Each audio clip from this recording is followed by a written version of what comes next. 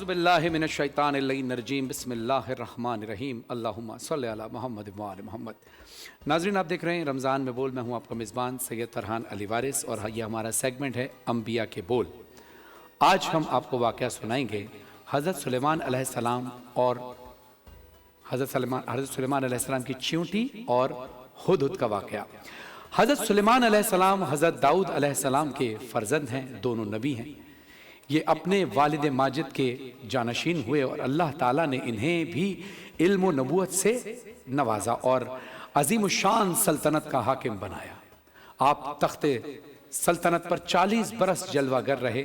جنوں، انس، شیاطین، پرندوں اور غیرہا بہت ساری مخلوقات، سب پر آپ کی حکومت تھی اور سب کی زبانوں میں آپ علیہ السلام کو علم عطا کیا گیا تھا اللہ کی طرف سے۔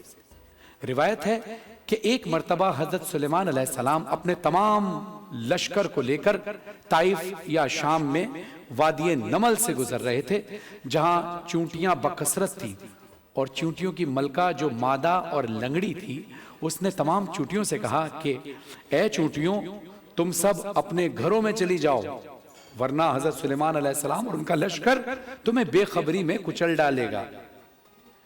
چونٹی کی اس تقریر کو حضرت سلیمان علیہ السلام نے 3 میل کی دوری سے سن لیا اور مسکرانے لگے اور ہنس پڑے۔ پھر جب حضرت سلیمان علیہ السلام چونٹیوں کے وادی کے قریب آئے تو اپنے لشکر کو ٹھہرنے کا حکم دیا، یہاں تک کہ چونٹیاں اپنے گھروں میں چلی گئی۔ سبحان اللہ۔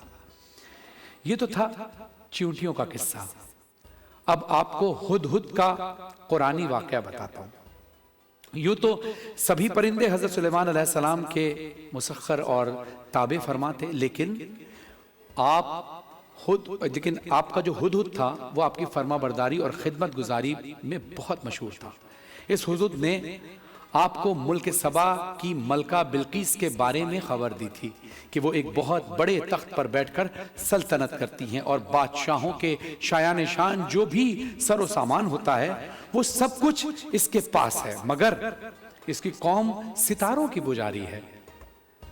اس خبر کے بعد حضرت سلیمان علیہ السلام نے بلقیس کے نام جو خط ارسال فرمایا، اس کو یہی ہدہد لے کر گیا تھا۔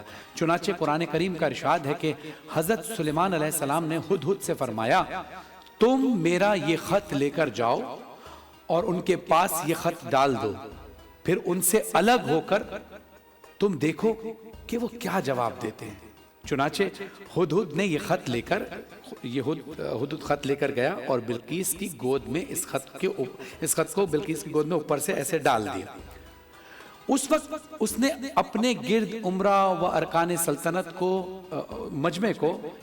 مجمع اکٹھا کیا اور پھر خط کو پڑھ کر اپنے اراکین دولت سے کہا کہ اے سرداروں، میری طرف ایک عزت والا خط ڈالا گیا ہے جو حضرت سلیمان علیہ السلام کی طرف سے ہے۔ حضرت کا مضمون یہ ہے کہ تم مجھ پر بلندی نہ چاہو اور تم مومن ہو کر میرے حضور حاضر ہو جاؤ۔ خط سنا کر بلقیس نے اپنی سلطنت کے امیروں اور وزیروں سے مشورہ کیا کہ بتاؤ، تم لوگ مشورہ دو کہ ان لوگوں میں جو طاقت اور جنگی مہارت کا جو اعلان و اظہار کر کے سلیمان سے جنگ کا ارادہ ظاہر کیا، تو اس وقت عقل مند بلقیس نے اپنے امیروں اور وزیروں کو، یعنی انہوں نے مشورہ دیا کہ جنگ کر لی جائے، مگر بلقیس نے کہا کہ نہیں، جنگ کرنا مناسب نہیں ہے جنگ کرنا، کیونکہ اس سے شہر ویران ہو جائیں گے اور شہر کے عزت دار باشندے ذلیل و خوار ہو جائیں گے۔ اس لیے میں یہ مناسب خیال کرتی ہوں کہ کچھ ہدیات، کچھ تحفے ان کے پاس بھیجے جائیں، حضرت سلیمان علیہ السلام کے پاس بھیجے جائیں۔ اس سے امتحان ہو جائے گا کہ حضرت سلیمان علیہ السلام صرف بادشاہ ہیں یا اللہ کے نبی بھی ہیں۔ اگر وہ نبی ہوں گے تو ہرگز میرا یہ ہدیہ، یہ تحفے قبول نہیں کریں گے، بلکہ ہم لوگوں کو اپنے دین کی اتباع کا حکم دیں گے، اور اگر وہ صرف بادشاہ ہوں گے تو میرا یہ تحفہ، یہ ہدیہ قبول کر لیں گے اور نرم پڑ جائیں گے۔ چنانچہ بلقیس نے بہت سارے خادم اور خادمائیں بہترین لباس اور زیوروں سے آراستہ کر کے بھیجے اور ان لوگوں کے ساتھ